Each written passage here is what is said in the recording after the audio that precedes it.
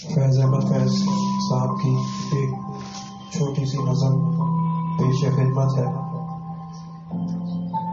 جس کا عنوان ہے صبح آزادی اگست 1947۔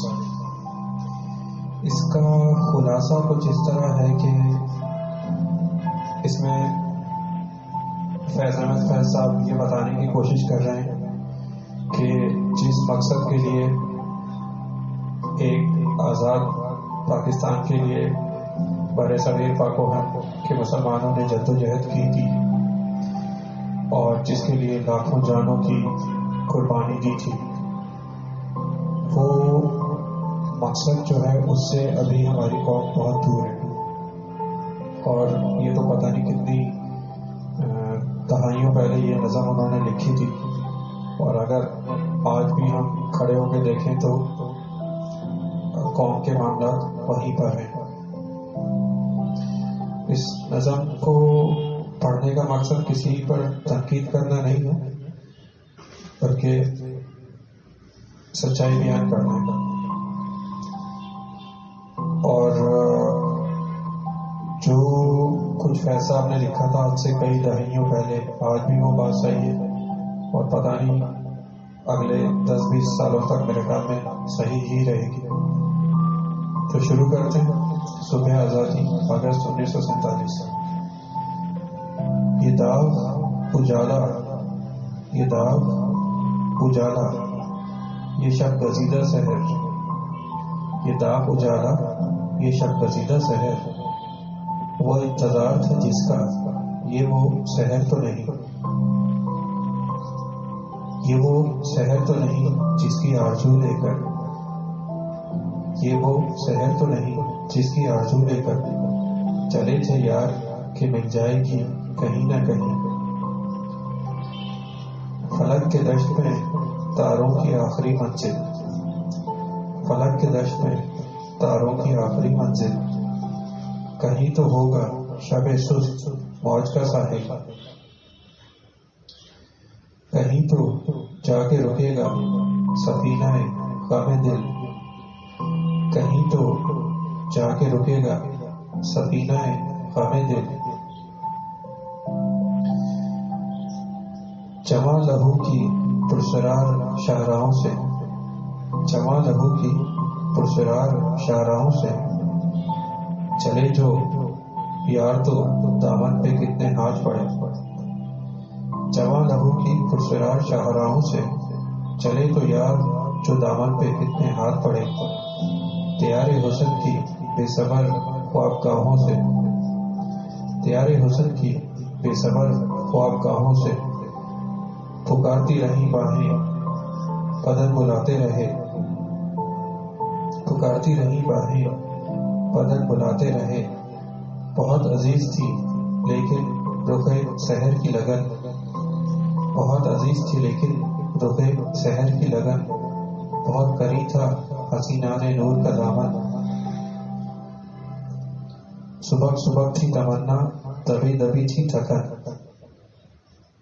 یہ دوسرا قطعہ تھا، اور اس کا مختصر خلاصہ یہ ہے کہ جو انقلابی لوگ آزادی کی جدوجہد کر رہے تھے انہیں بہت سی حسینائیں بلاتی رہیں، مطلب زندگی کے عیش و آرام انہیں بلاتے رہے، لیکن انہوں نے ان عیش و آرام کی پرواہ نہیں کی بلکہ آزادی کی جدوجہد کرتے رہے۔ یہ بہت مختصر اور آسان زبان میں کوشش کر رہا ہوں کہ ساتھ ساتھ خلاصہ بھی بتاتا رہوں۔ یہ اس کا دوسرا قطعہ تھا۔ تیسرا قطعہ پڑھتے ہیں۔ سنا ہے ہو بھی چکا ہے فراق ظلمت نور، سنا ہے ہو بھی چکا ہے فراق ظلمت نور، سنا ہے ہو بھی چکا ہے وصال منزل و گام، بدل چکا ہے بہت اہل درد کا دستور، بدل چکا ہے بہت اہل درد کا دستور، نشاط وصل حلال و عذاب ہجر حرام، جگر کی آگ نظر کی امنگ دل کی جلن، جگر کی آگ نظر کی امنگ دل کی جلن، کسی پہ چارہ ہجراں کا کچھ اثر ہی نہیں، کہاں سے آئی نگار صبا کدھر کو گئی.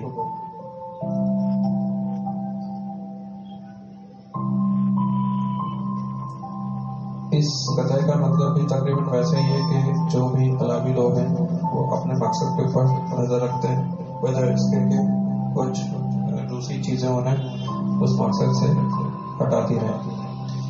اب آخری قطعہ ہے، ابھی چراغ سرے رہ کو کچھ خبر ہی نہیں. ابھی چراغ سرے رہ کو کچھ خبر ہی نہیں. ابھی گرانی شب میں کمی نہیں آئی.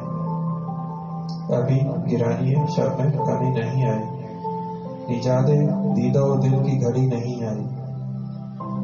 ابھی چراغ سرے رہ کو کچھ خبر ہی نہیں. ابھی گرانی شب میں کمی نہیں آئی. نجات دیدہ و دل کی گھڑی نہیں آئی. چلے چلو دوستوں کہ وہ منزل ابھی نہیں آئی. چلے چلو دوستوں کہ وہ منزل ابھی نہیں آئی. تو جیسا کہ آپ نے دیکھا اس آخری قطعے میں بھی فیض احمد فیض صاحب کا مدعا یہی ہے کہ جس مقصد کے لیے آزاد پاکستان حاصل کیا گیا تھا وہ نظام ابھی تک اس ملک میں نافذ نہیں ہو سکا. بہرحال جو بات فیض صاحب آج سے 30 سال 40 سال پہلے کہہ رہے تھے، ہماری بہت بڑی بدقسمتی ہے کہ آج بھی ہم اسی مقام پر تقریباً کھڑے ہوئے ہیں بحیثیت قوم کے. تو اس پر ہمیں سوچنے کی ضرورت ہے. اپنے فیڈ بیک سے ہمیں ضرور آگاہ کیجیے گا اور نیچے کمنٹس میں اپنی رائے کا اظہار فرمائیں. آپ کے قیمتی وقت کا بہت شکریہ.